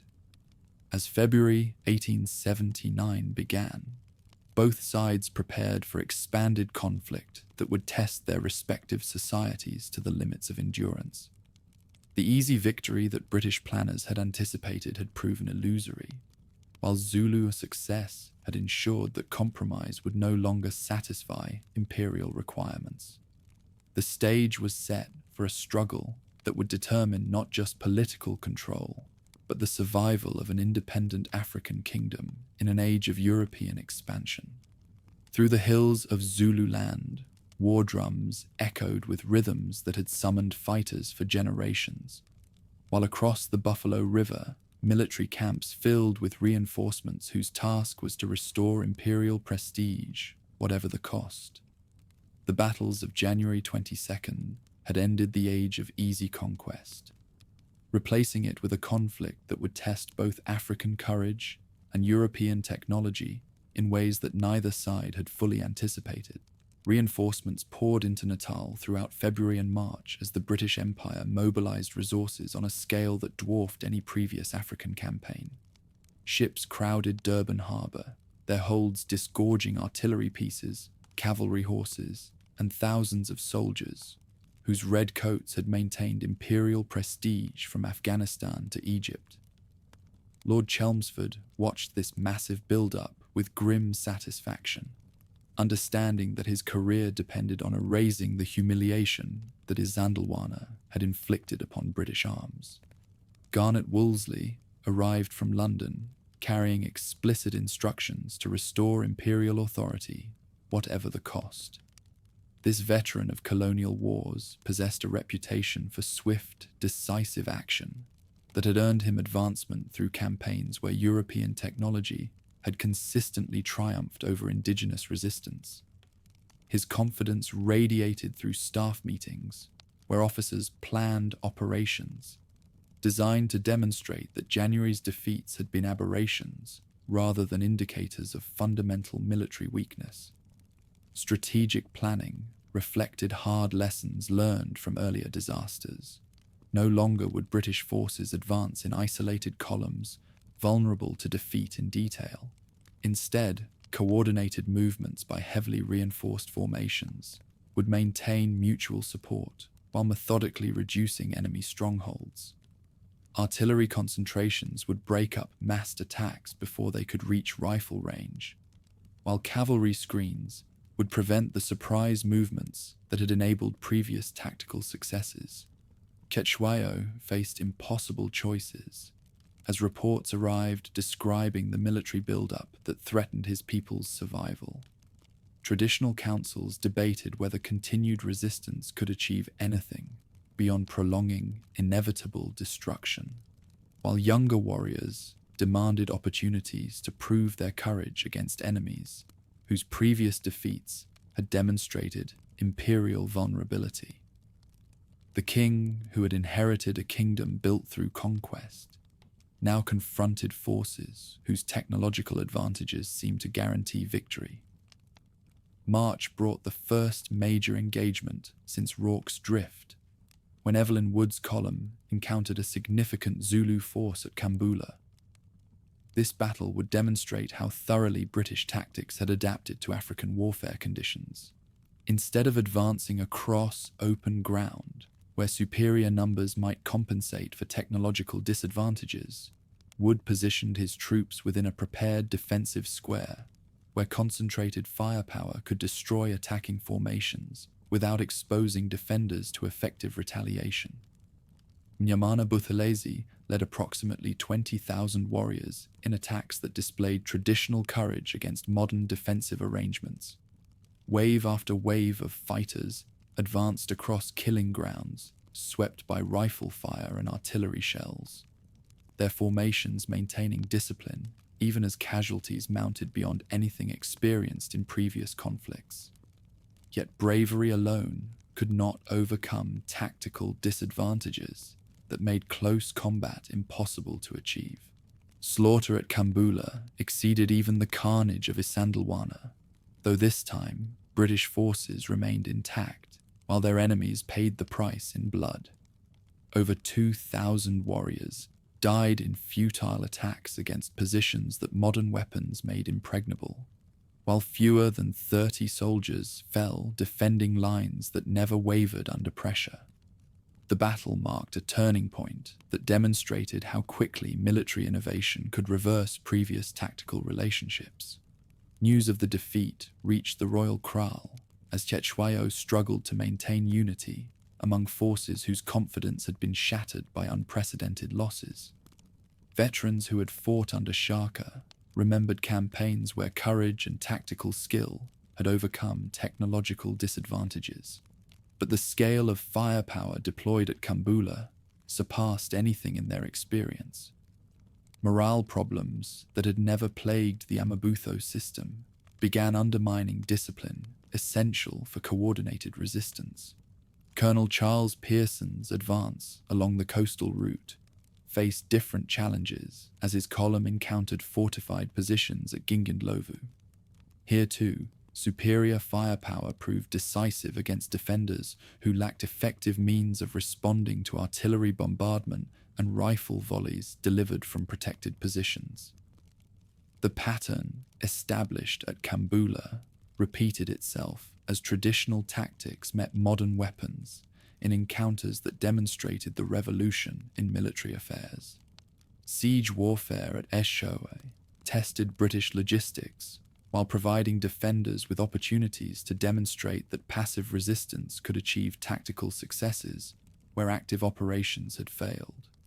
Cutting supply lines and harassing relief columns required fewer resources than frontal assaults, while forcing enemies to operate in hostile territory multiplied the advantages that local knowledge provided. Yet such strategies could only delay rather than prevent the ultimate concentration of overwhelming force. Intelligence networks that had served the kingdom so effectively during earlier phases of the conflict began breaking down under pressure from military defeats and political fragmentation. Spies who had provided crucial information about British movements now found their positions compromised by refugees and collaborators seeking safety through cooperation with advancing colonial forces. The information advantage that had enabled tactical surprises gradually shifted to enemies whose resources and organization proved superior. Diplomatic initiatives attempted to achieve through negotiation what military action had failed to accomplish. European missionaries and colonial officials who maintained personal relationships with royal advisors offered terms that would preserve some elements of traditional authority while acknowledging British supremacy. Yet imperial demands for complete submission conflicted with cultural values that equated surrender with dishonor worse than death.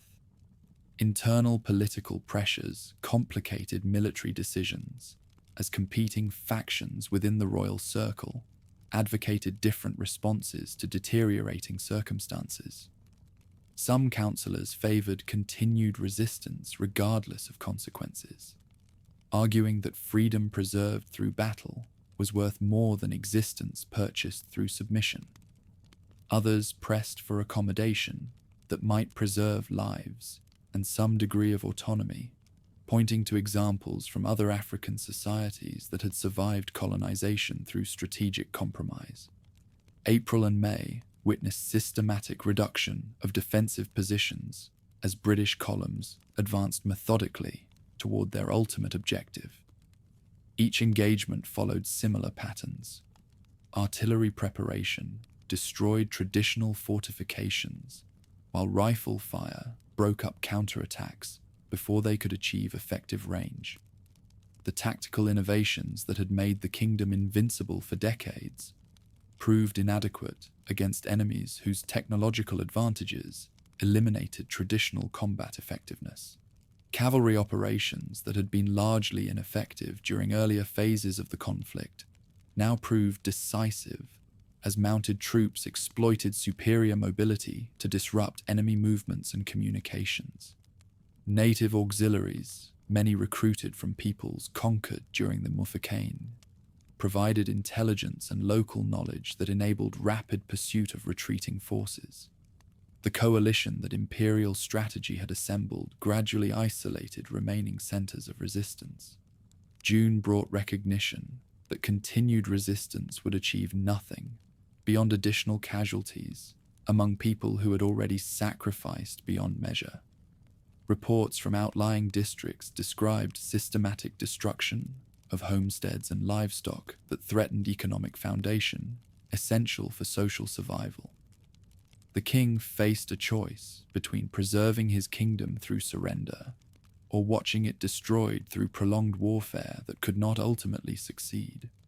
Royal councils, meeting in secret locations away from the threatened capital, debated final options available to a leader whose people looked to him for salvation that military action could no longer provide.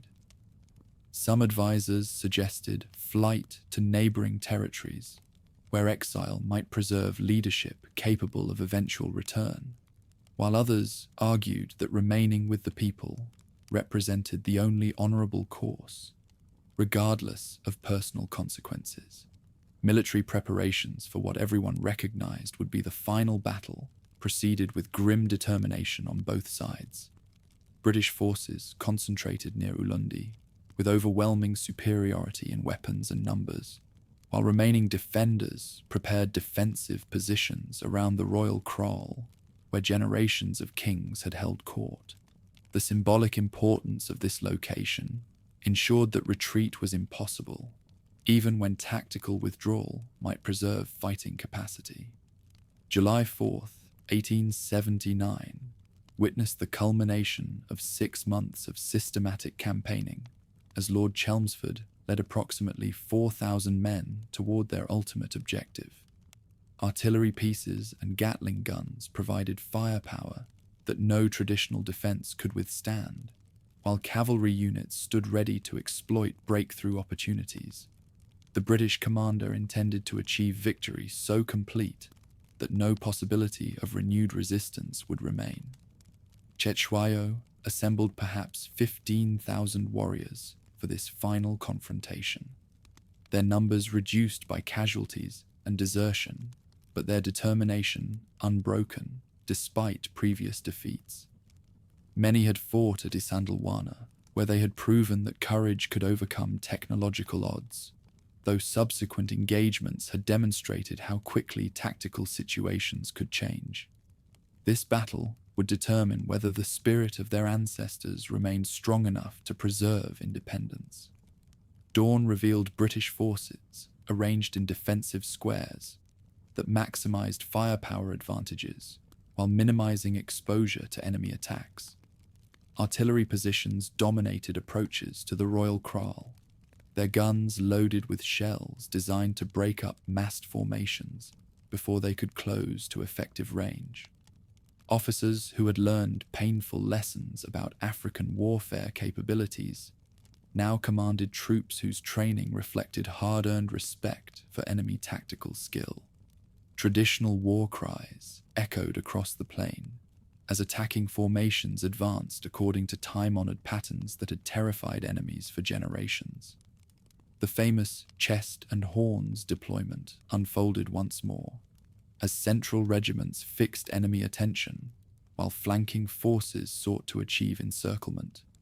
Yet the tactical innovation that had revolutionized African warfare now met defensive arrangements specifically designed to neutralize such maneuvers.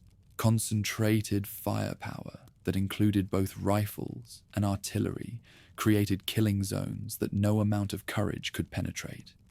Warriors who had survived previous engagements fell in unprecedented numbers as shells and bullets swept away formations that lacked effective means of response. The discipline that had made these regiments invincible for decades could not overcome technological disadvantages that modern weapons had created.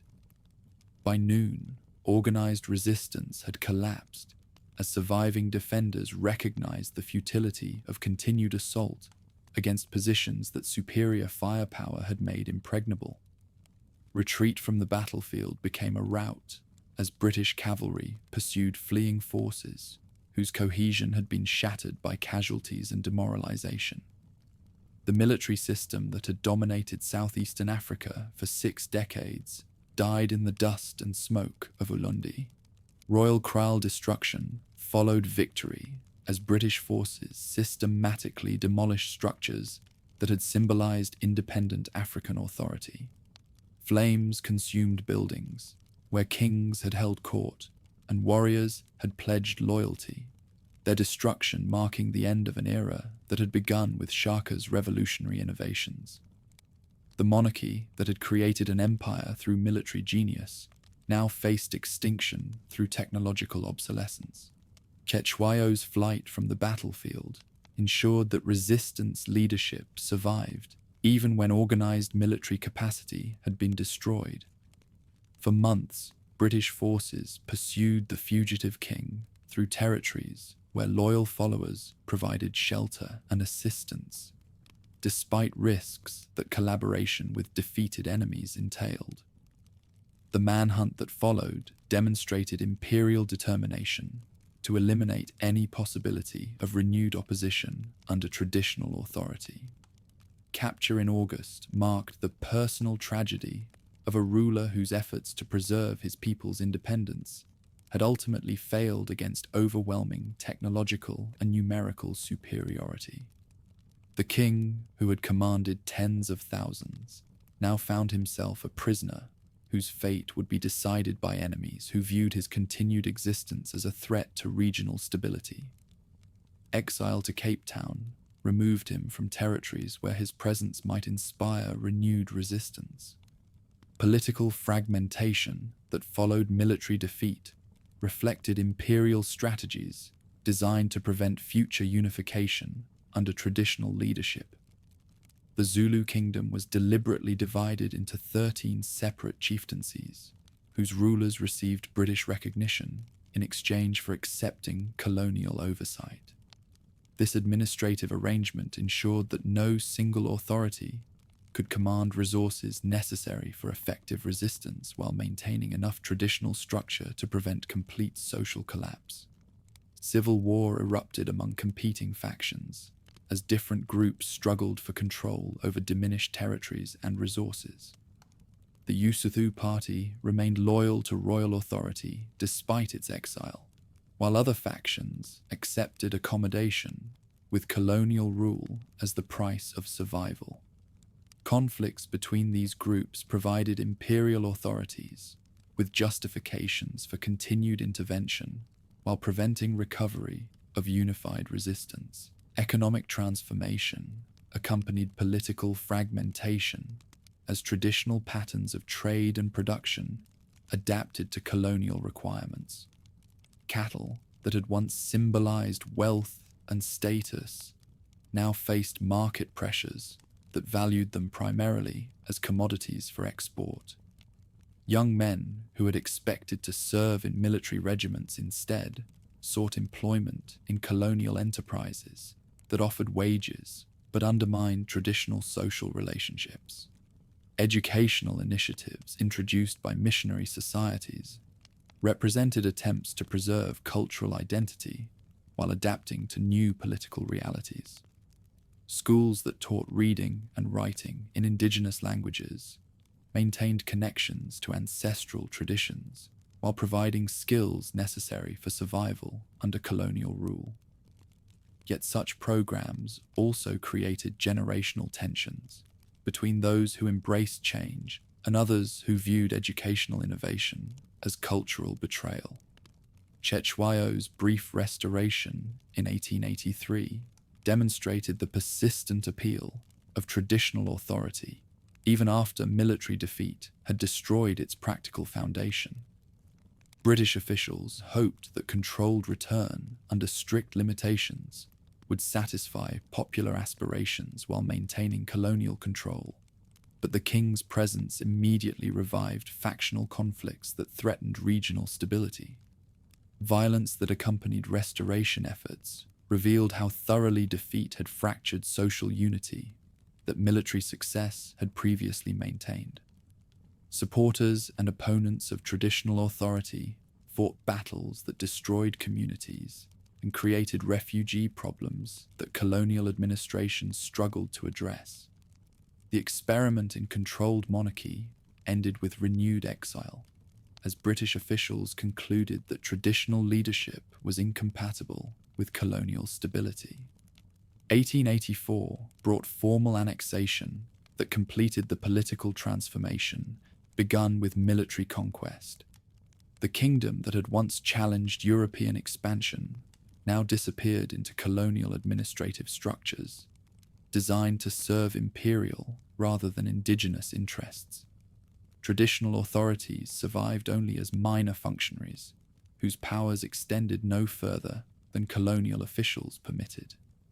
Legacy of resistance endured despite political defeat, as oral traditions preserved memories of independence and military glory. Praise singers continued composing works that celebrated past achievements while maintaining cultural identity that no amount of administrative control could completely eliminate. Stories of Isandlwana and earlier victories provided inspiration for future generations, who would find different ways to challenge foreign domination. Old women still gathered children around cooking fires to tell stories of the great kings. Their voices carried across the generations tales of Shaka's innovations and Cetshwayo's courage, words that no colonial administrator could silence. Young men learned traditional dances in hidden valleys, their movements preserving the memory of regiments that had once made the earth tremble. When missionaries banned ancestral ceremonies, the people simply moved them to remote locations where ancient rituals continued under starlit skies, connecting the living with spirits who had never bowed to foreign rule. Mpande raised his war shield against the pale sky of 1906, calling his followers to one final rebellion against the poll tax that threatened to reduce proud warriors to poverty. 27 years had passed since Ulundi, but the fire that had once made these hills tremble still burned in the hearts of men who remembered stories their grandfathers told. This would be the last echo of resistance in the old style, where assegais faced rifles and courage stood against overwhelming odds. Chief Anglo-Zulu's son had grown old, listening to tales of the great battles, his weathered hands still steady enough to grip a spear when the call came. Around him gathered men whose fathers had charged at Isandlwana, their eyes carrying the same fierce light that had once terrified British soldiers. They painted their shields with the colours of regiments that no longer existed, their war cries echoing through valleys where ghosts of fallen warriors seemed to march alongside the living. Mafumilo forests became the final battlefield, where ancient tactics met modern warfare one last time. Bambatha's warriors moved through thick vegetation, using knowledge passed down through generations, appearing from morning mist like spirits seeking vengeance for old wounds. When government troops entered the forest, they found enemies who fought like their ancestors, swift, silent, and utterly fearless. Machine guns spoke the final word, as they had at Ulundi, cutting down men who charged with spears against weapons that spat death faster than eyes could follow. Mpande fell with his shield still raised, his last breath carrying a war cry that had summoned warriors for generations. With his death, the age of open rebellion ended, though the spirit that had driven it would find other ways to survive. In scattered homesteads across the broken kingdom, old women gathered children around cooking fires as darkness fell. Their voices rose and fell with ancient rhythms as they told stories that colonial authorities could never silence. "Listen, my children," they whispered, "and remember the king who united the clans. Their words painted pictures of Shaka's innovations, of regiments moving like thunder across the land, of the day when warriors made the earth shake at Isandlwana. Young boys sat transfixed as grandmothers described battles where courage had triumphed over impossible odds. They learned the names of heroes whose graves lay scattered across these hills. Mnyamana, who had led the attack at Kambula. Anglo-Zulu, who had fought at Isandlwana. Thousands of warriors whose only monuments were the stories that kept their memory alive. These tales transformed humble kraals into courts where legendary kings still held sway over imagination. Hidden in remote valleys, young men learned the dances their grandfathers had performed before battle. Their feet pounded rhythms that had once summoned armies, while their voices rose in songs that colonial ears were never meant to hear. Forbidden to carry assegais, they danced with sticks that became spears in their minds, their movements preserving knowledge that someday might be needed again. Mission teachers who had grown up hearing these stories found ways to weave them into lessons that satisfied both traditional elders and government inspectors. They taught children to read, using texts that told of noble kings and brave warriors, their voices carrying pride that no amount of official disapproval could diminish. In classrooms throughout the former kingdom, young minds absorbed lessons about ancestors who had never bowed to foreign rule. Praise singers adapted their art to new circumstances, composing verses that celebrated traditional heroes while speaking carefully around colonial sensitivities. Their words carried double meanings that government officials never understood, praising loyalty and courage in ways that seemed harmless, but kept dangerous memories alive. At weddings and funerals, their voices reminded listeners of times when their people had commanded respect across half a continent. Solomon Kadinuzulu wore his grandfather's leopard skin kaross when he claimed the throne that colonial authorities had tried to abolish. Thousands gathered for ceremonies that recalled the great days, their ululating voices rising to ancestors who watched from the hills where they had died. The king, who commanded no armies, still held power that came from bloodlines stretching back to legends, his presence proving that some things could not be destroyed by bullets or laws. Old warriors who had survived the great battles lived like honored ghosts in communities that treasured their memories. Children begged for stories of the day when British soldiers had fled from Isandlwana, their eyes widening as veterans described how ordinary men had become heroes through courage and discipline. These living links to the past carried scars that testified to glory no defeat could diminish.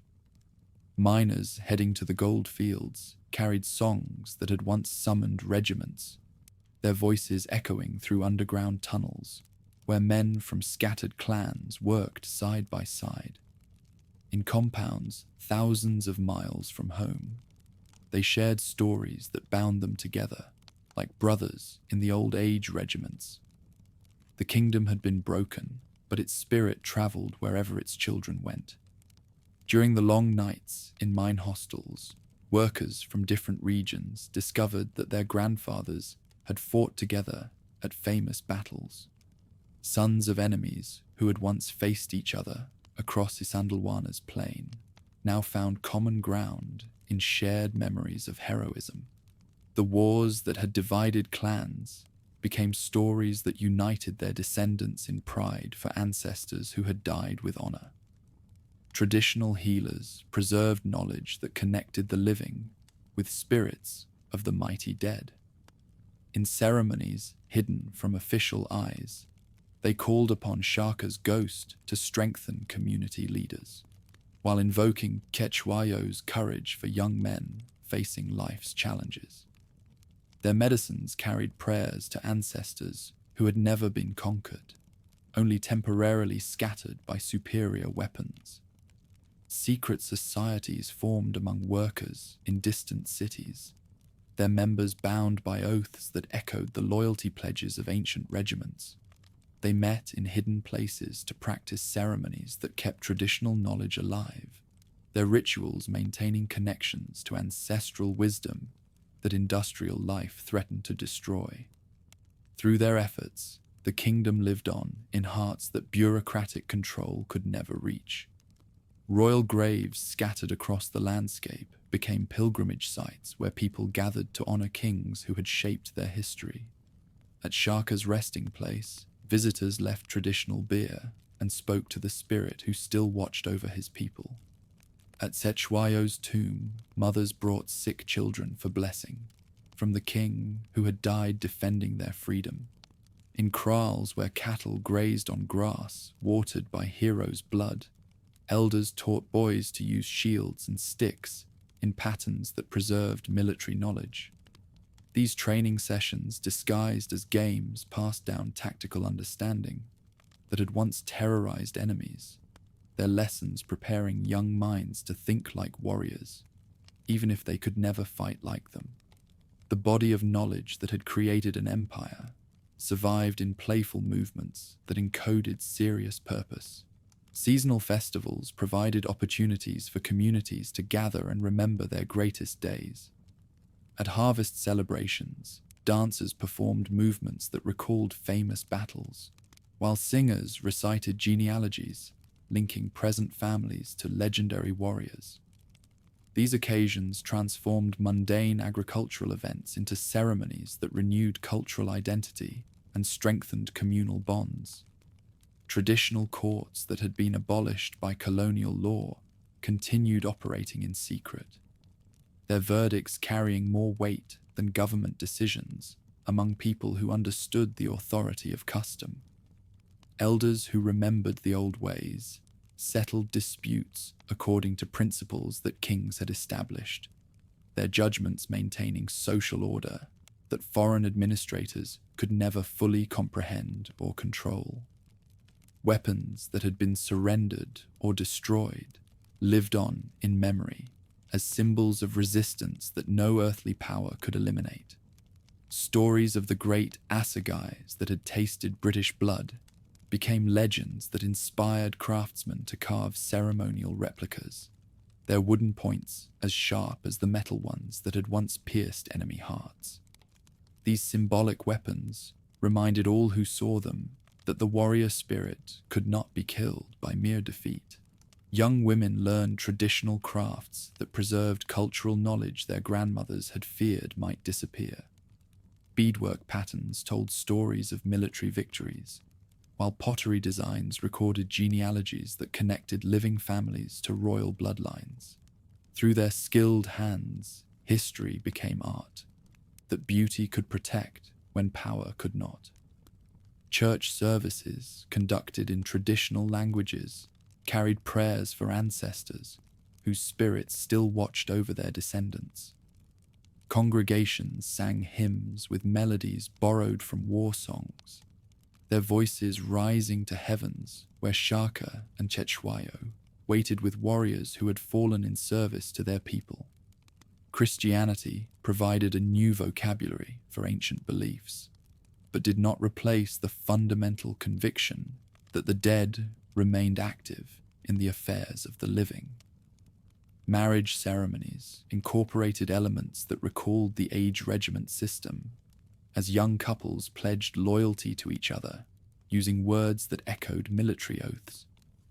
Wedding dances performed movements that had once prepared warriors for battle, their steps encoding knowledge that peaceful times had not made irrelevant. Through such adaptations, the institutional framework that had built a kingdom survived in domestic arrangements that government officials dismissed as harmless custom. School competitions, where children performed traditional dances and recited praise poetry, provided safe outlets for cultural expression that more dangerous forms of remembrance had to avoid. Teachers who understood the deeper significance of these activities encouraged performances that kept ancient arts alive, while satisfying colonial requirements for educational progress. In these carefully managed displays, the kingdom's cultural legacy found expression that authorities could not suppress without appearing unreasonably harsh.